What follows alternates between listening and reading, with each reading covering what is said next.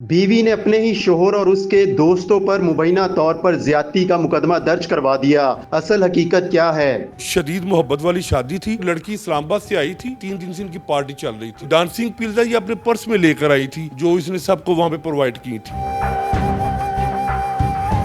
गुलबर्ग के होटल में एक खातून के साथ ज्यादती होती है। जब पुलिस 15 की कॉल के ऊपर वहां पहुंचती है तो मालूम होता है कि ज्यादती करने वाला खातून का अपना ही शोहर है और उसके साथ उसके दोस्त। इस केस में कितनी सदाकत है, इस पर बात करते हैं। हमारे साथ मौजूद है DSP इन्वेस्टिगेशन कमर अब्बास। 15 पे ये कॉल मसूल होती है, पुलिस वहाँ पे पहुँचती है। ये जो खातून है इसको साथ लेते हैं और वो तीनों मुलजमान को कस्टडी में लेते हैं। वो इल्ज़ाम लगाती है कि मेरे साबका खावंद ने और उसके 2 दोस्तों ने मेरे साथ गैंग रेप की है। उसकी एप्लीकेशन पर FIR दर्ज होकर जब तफ्तीश अमल में लाई जाती है तो ये बात सामने आती है कि गैंग रेप वाली कोई ऐसी बात नहीं है, बिल्कुल झूठ है। ये 3 दिन से उनके साथ वहाँ पे रह रही थी। 3 दिन से इनकी पार्टी चल रही थी उसी होटल में और लड़की इस्लामाबाद से आई थी और ये जो डांसिंग पिल्स ये अपने पर्स में लेकर आई थी जो इसने सबको वहाँ पे प्रोवाइड की थी।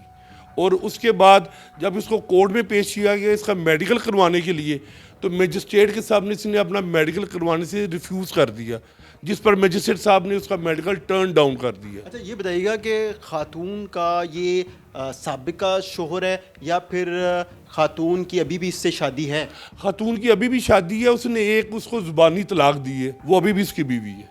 अच्छा, इस खातून ने ऐसा क्यों किया और इन दोनों की कब शादी हुई थी? 4-5 साल हुए इनकी शादी हुए और बड़ी इनकी वो शदीद मोहब्बत वाली शादी थी।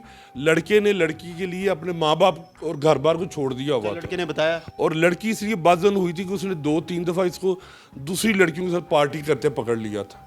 तो ये इख्तलाफ था उसका। ये इनका बेसिक इख्तलाफ था। तो अब जिस तरह खातून ने मुकदमा जो दर्ज करवाया था उसके ऊपर अब क्या खातून के खिलाफ कार्रवाई होगी? ये जितने ऐसे झूठे मुकदमा दर्ज करवाते हैं उन सब के लिए पैगाम है कि अब वो पहले वाला सिस्टम नहीं है कि आपने झूठा मुकदमा दर्ज करवाया और खारिज हो गया और कुछ भी नहीं। आपके खिलाफ एंटी रेप एक्ट का मुकदमा दर्ज होगा और आप उसमें गिरफ्तार होकर जेल जाएंगे। जब मुकदमा दर्ज हुआ है और जाहिर सी बात है आपने भी खातून को इन्वेस्टिगेट किया तो क्या बात सामने आई? सर, सबसे पहले हमारे पास होता है कि 72 आवर्स के अंदर हमने मेडिकल लाजमी करवाना है, क्योंकि ये 15 की कॉल थी तो इसमें कोई हमारे पास कंसेशन नहीं होता टाइम का कि हम इसमें डिले करें। सबसे पहले मैंने इनको बुलाया, इनकी स्टेटमेंट ली 161 की। उसके बाद सर हम इनको कोर्ट में लेके गए। जब मेडिकल करवाने की बारी आई तो इन्होंने कहा कि मैंने मेडिकल नहीं करवाना, तो मेडिकल टर्न डाउन करवाया।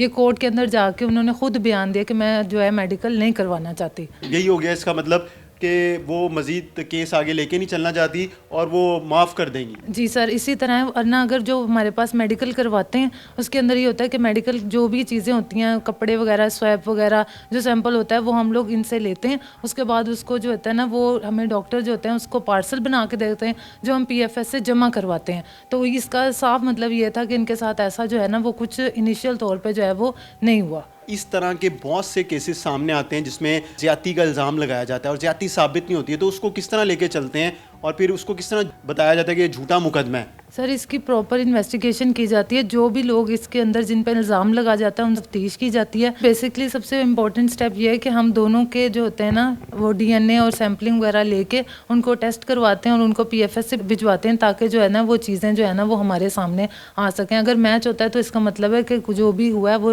रियल है। अगर वो विक्टिम खुद ही इनिशियल तौर पर ही जो मेडिकल से अपना बैक स्टेप ले ले तो फिर इसका मतलब है कि दूसरी साइड से जो है वो हम लोगों को कोई ऐसा नहीं मिलता कि इसमें जो है वो कोई जना वगैरह चीज़ें हुई है।